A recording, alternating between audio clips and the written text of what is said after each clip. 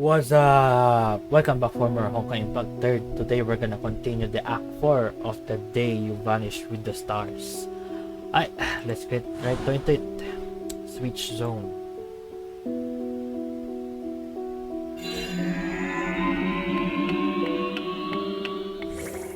Pursuit. It's only 4 out of 6. Okay. This is gonna be sad. Are you happy now? Happy? What do you mean? Words came out faster than my consciousness restored. My heart was racing like mad. I held my breath to avoid smoke in my nose. What? My fingers still ache from the electric charge, and screams, cries were still lingering in my ears. Then everything went quiet. The noises rushed in. Cries, laughters, shouts. The lively fair was reached in its height. Oh, I'm back. Back to a few hours ago, on the dreamlike main street. The Star Pavilion still stood tall amidst the bustling streets, with dazzling flower lanterns dangling in the wind. I see. Previously, the past I went back to didn't have me in it, so it's more like a transfer. But this time, the past I've returned to had me in it, so my consciousness was directly overwritten on the old me? No, it's too soon to jump to the conclusion now, but it does look very much like what I presume. Slightly relieved, I didn't even notice I was holding something and unconsciously let go. Ah, my Omantos pudding. Hey, why did you drop them? That's when I saw all sorts of desserts drop on the ground. Oh, sorry.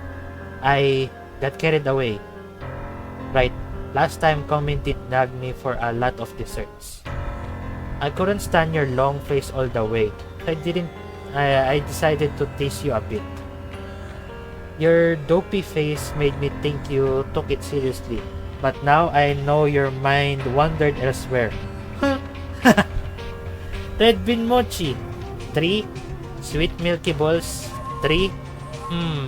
The numbers are correct. I'll let you off the hook this time. Still the jostling crowds. Everything was exactly the same as the last time. If I do nothing, history would only repeat itself. The Star Pavilion will explode, and the streets will be consumed by fire. Before that happens, I must find the cause of the explosion. Yes, I must do something, and only I can do something.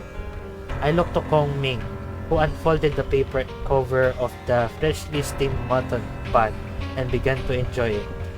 I must alert Rita and the Star Pavilion, stop the prayers, and keep Kongming away from the explosion. I began to recall everything that went down the last time and think about how to lead Kongming to safely tactfully. Lanterns. Fabulous lanterns. There's a few coins. As the parade fleet roamed by, thousands of lanterns lit up the sky like the stars. The whole world has gone festive. Lanterns. Right, lanterns. Ahem, Kongming, there's something on my mind. Oh, what is it? These lanterns look really nice, but I feel something is lacking. What? You expect them to fly like birds? Kongming gave exactly the same answer as before. Well, that wouldn't be too hard. Captain, are you up for a little challenge? Yes, what comes next stars with making a lantern? I guess. What is it? We'll make a lantern that can fly like a bird. For that we'll need some tin papers. I think we can find it at one of the stores. Tin papers and rosin can all be bought from the street, but bamboo threads can only be found outside the city. That's what I learned from the last time. Yes, we need tin papers, rosin and bamboo threads too. We can buy tin papers and rosin here, but bamboo threads can only come from the bamboo grove outside the city. Bamboo whittling. I can't remember the last time I did this. Captain, let's go and make some bamboo threads together. I tried to avoid her expectant eyes, for I knew I couldn't stay beside her this time. The explosion will take place in the city, and she will stay safely in the bamboo grove when it happens. No, splitting up makes faster progress. I'll get tin papers and rosin, while you whittle some bamboo threads. This way, we can make more than one. When the prayers are over, we can fly our lanterns on top of the Star Pavilion. That's not a bad proposal from you. No. Rita said, stay with her. Don't leave her, fuck's sake. Good. We'll meet again at the city gate later. After I sent Kongming off with my lingering eyes, I turned around and started to make for the Star Pavilion. Under the night sky, the lanterns of the tower wiggled like twinkle stars. I saw a guard walking out of the gate. Captain?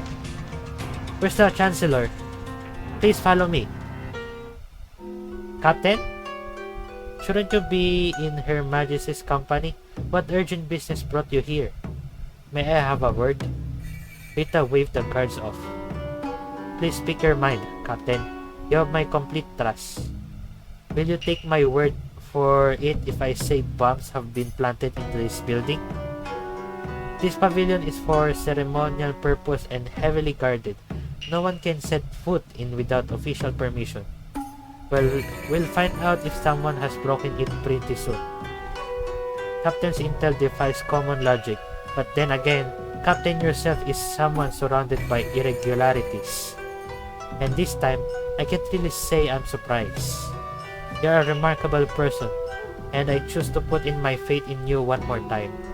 Guards, warn Teresa Sama, evacuate the building and clear the streets. Captain, where's Her Majesty now? She's in the bamboo grove outside the city now. We plan to make lanterns out of bamboo before I came here. A sound plan. Her Majesty would be safer there with the protection of the shadow guards. While I can rest my worries and search for the explosive here with Captain. You don't have to stay here, Rita. The whole empire is at stake. It's the call of my duty.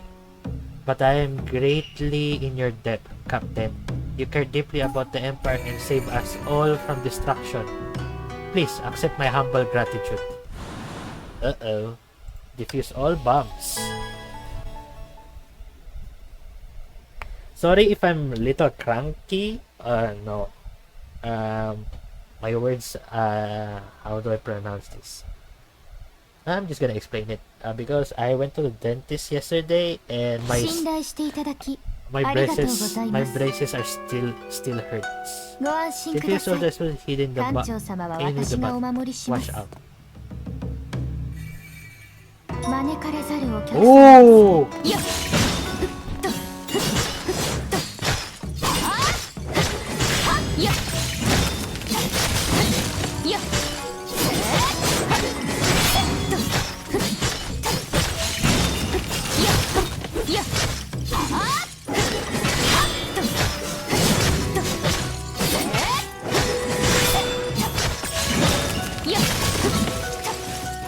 I'm lagging like hell.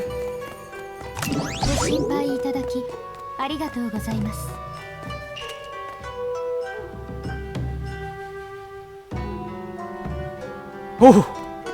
I got that. Come on, like playing Cytos.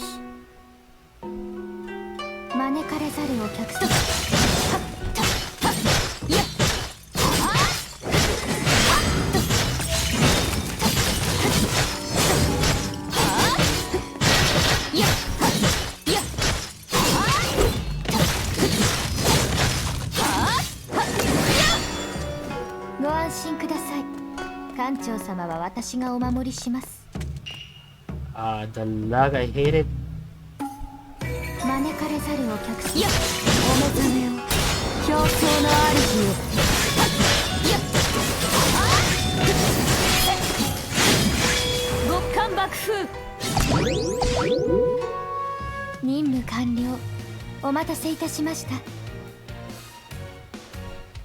need to fix that. I need to buy a RAM.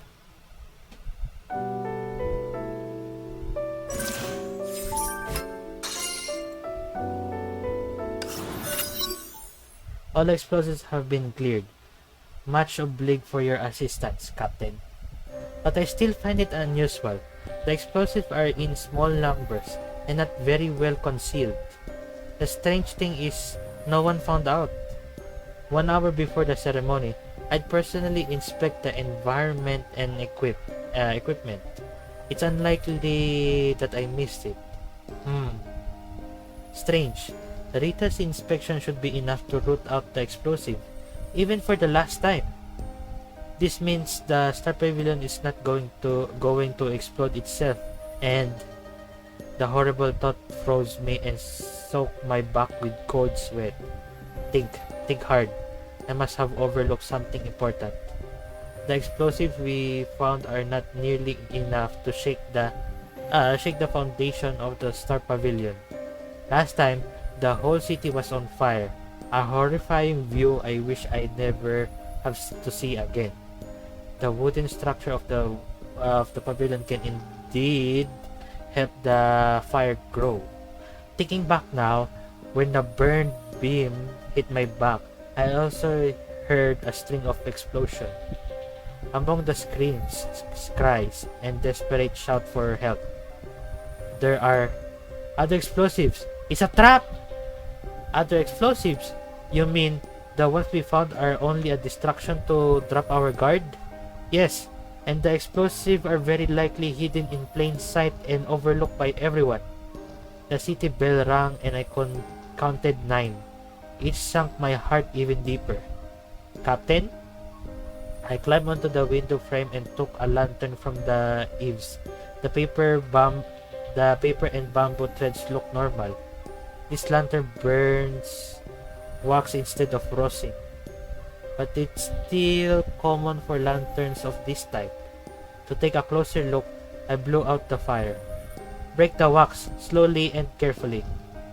Another guard took out a knife to carve out the outer layer. As white wax fell off, a black liquid began to drip. Oh, it's gasoline. This is not common wax. It's rock oil. Everyone was shocked in disbelief. Rock oil burns longer than wax, but it's also far more volatile and explosive. Someone replaced the wax with rock oil, purposely and skillfully. Only the lower part of the candle was infused with rock oil. It takes a while before the top part burns out and detonate the lantern, and the explosion was timed to take place precisely when the celebration reaches its climax. Alert everyone! Snuff out all the lanterns in the Star Pavilion and the whole city.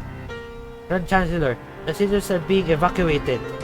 Who is behind this? What is their purpose? The lanterns are our only lead, but there's no way to narrow it down. More lanterns at the fair than we can possibly count, and we can track down every lantern maker in the city. Rita's eyes glittered on hearing lantern maker. Thank you for reminding me, Captain.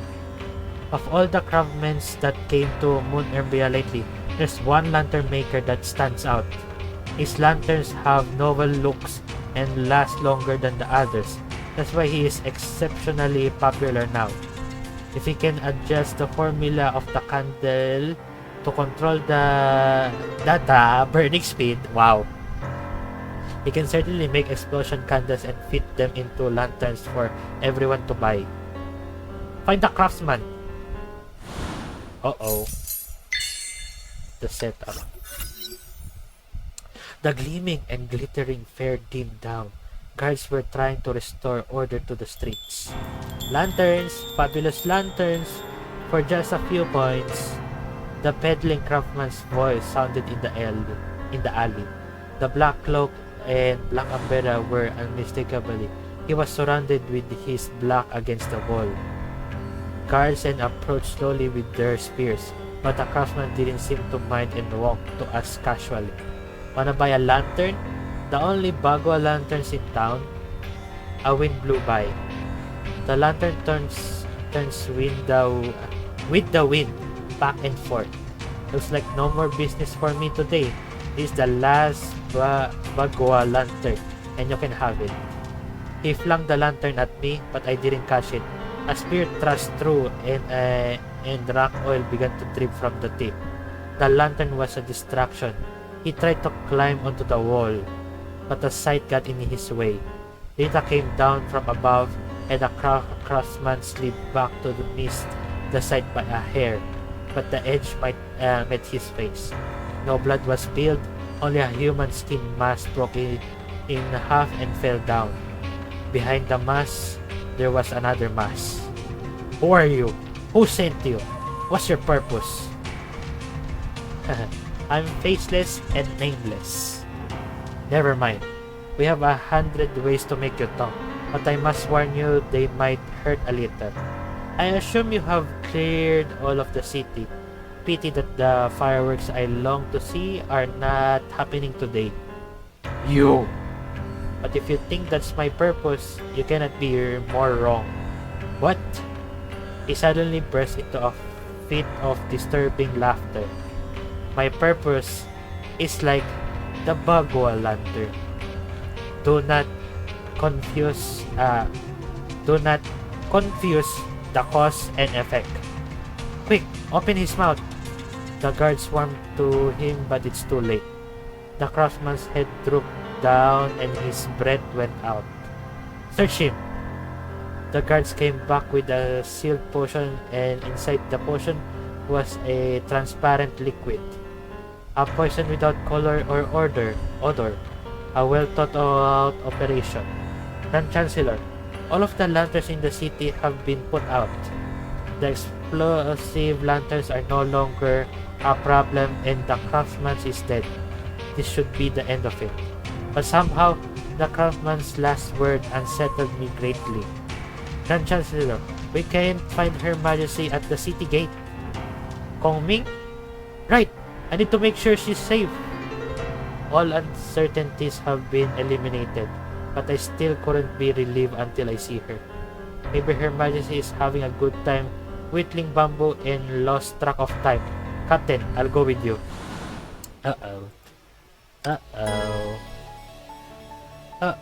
Just like every other act, she's dead. I don't want my hopes up, but I think she's dead! Ask around. You there! Excuse me, we're looking for a little girl. She wears an orchid pin about this tall. I think she went that way. Okay. Ah, fuck this lag! The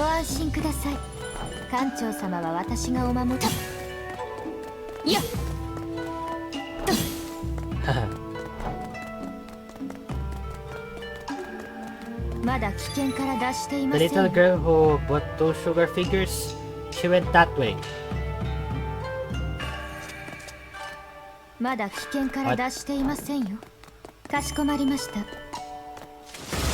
Okay.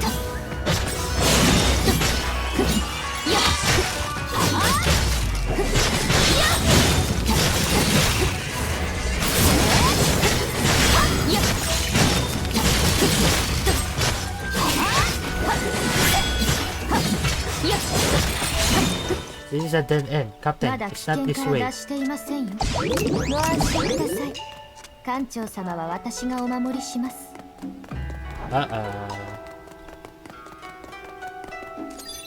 little girl in a dark dress. Oh, I remember. She went that way. Kongming, you better be alive. Ah!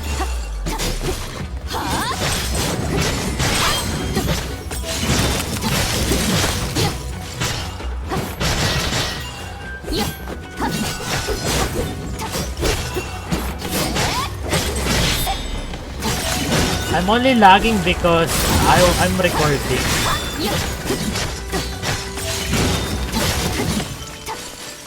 Wait. No. My chroma's open! No! That lady who came to buy rubbing, I think she went that way. 疲れを取るなら休息が一番ですよ。I hope it won't lag anymore. 準備が完了しました。 Never mind. お目覚めよ、表層の主よ。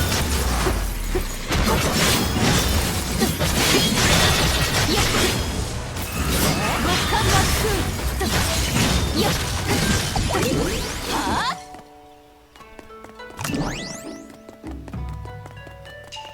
Please fix your shit. So many people. Where could Kongming be? No, don't do that.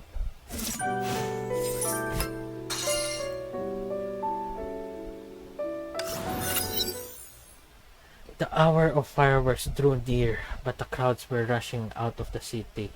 Kongming stood by the road on tiptoes, anxiously searching for Captain among the crowds. I wonder if this dress and the sky lantern can remind Captain of the past. What took him so long? Is he lost? I probably should go and find him. It's unbelievable. I might as well buy papers and rosin myself. I'm not waiting for him all night like a fool. She carefully protected the lantern and trudged against the panic crowds, making her way to the Star Pavilion. Strange. All the lancers went out? Why is everyone... Excuse me, coming through? What happened? Where is Captain now? Ouch! Kongming was too absorbed in her thoughts that she bumped into someone.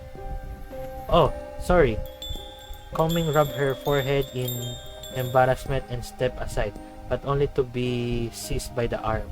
Gotcha! The low voice was only meant to be heard between them two.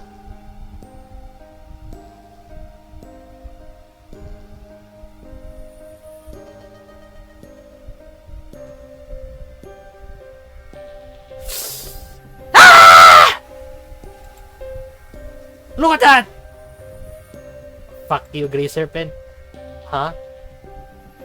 Intense pain spread from her chest and shut up every nerve to freeze her on the spot and hold her breath. It's poison. Ah! You are... His face was similar, but Kongming couldn't put a name to it. The stranger walked behind Kongming's back, casually, and whispered something in a low voice. Ah... What's he talking about? Why would it be? Kongming felt her consciousness escaping her in dribs and drabs. Impossible. The stranger laughed mockingly before disappearing in the crowd. Finally catching her breath, Kongming found the world falling back from her in slow motion, and she lost her balance and hit the cobblestone ground. She couldn't breathe. She couldn't move. Life was draining away from her while her brain still stumbled to function. A familiar figure came close. She couldn't see clearly, but she believed that's him. The flower lantern she had carefully protected along the way was lying on the ground, trampled and torn. Kongming gasped desperately to catch her breath. Mr. Assassin, run. It's dangerous. Fragmented memories began to flow through Kongming's head. In these memories, there were always people by her side. People who protected her, spoiled her, and trusted her unconditionally. It's a shame won't be able to see the fireworks this year. Ah, the bustling crowd merged with the stars into blurred but warm light, and the calling gradually faded away. Huff, puff. I'm feeling warmer now. I'll rest a bit now. Clank. A jade potion fell down from the tower and broke, with the poison drops it contained seeping into the ground. The correction is done, and poisoning the wine won't be necessary now. Oh my fucking god, so... He was the one who poisoned the wine in the first act. On the tower, a man in black overlooked the city behind the rail. The right path leads to the right destination, and the wrong path leads to the wrong destination. We're brought by the path and share the path with her. Now our purpose has been fulfilled, and there's no reason for our existence anymore. The man in black sighed deeply and took off. People come and go, light brightness and dims. With a short bell chime, the man in black walked into the dark night and vanished. Meanwhile, countless men in black elsewhere in the world also vanished. Nobody knew when they came, and nobody knew when they were gone. Oh my fucking god. Tomorrow will be our last act. Thank you for watching, guys. I hope that doesn't make you sad, but for me, it is. It did make me sad. Okay, thank you for watching. I'll see you to the next act, guys. Johnny!